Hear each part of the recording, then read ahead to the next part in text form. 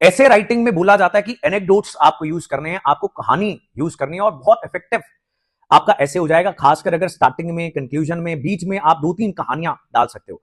आप हिस्टोरिकल कोई कहानी डाल सकते हो, किसी रिलीजियस फिगर की कोई कहानी डाल सकते हो। अब यहां पर एक एग्जांपल है कि कैसे अगर आप ऐसे के अंदर देश कैसे आत्मनिर्भर हो रहा है, कैसे हम विकसित भारत बनने की कोशिश कर रहे हैं और कैसे दुनिया के अंदर विश्व गुरु बनके हम अपनी एक आइडेंटिटी तलाशने की कोशिश कर रहे हैं, ग्लोबल लीडर बनने की कोशिश कर रहे हैं, तो उसमें आपको बहुत सारी कहानियां कोट अगर आप करोगे तो आपका मैसेज बड़ा अच्छा डिलीवर होगा। हमारे जो फाउंडिंग फादर्स थे उनके सेक्रीफाइसेस के बारे में अगर आप कहानियां कोट करोगे तो बहुत अच्छा मैसेज आप ऐसे में डिलीवर कर पाओगे। फॉर एग्जाम्पल, इन 1948 राजा जी जब गवर्नर जनरल बने एंड राष्ट्रपति भवन में रह रहे थे, देश के अंदर अनाज की कमी थी, there was food shortage going on in the country.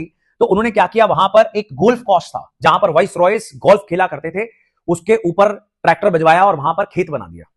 Right now somebody will say कि भाई राष्ट्रपति भवन है, उसके एस्थेटिक्स खराब हो गए, लेकिन देश में खाना नहीं है, आत्मनिर्भर बनने की कोशिश चल रही थी और फूड शॉर्टेज के चलते we were not able to ensure आत्मनिर्भरता, सेल्फ रिलायंस।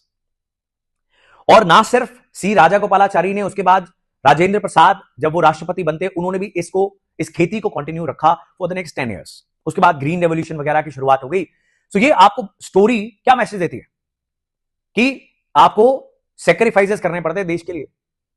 पॉलिटिशियंस जो कहते हैं वो करते नहीं है, अक्सर ऐसा बोला जाता है। राइट, हमने एक आंसर लिखा था, politics and ethics they don't go together, sometimes they do.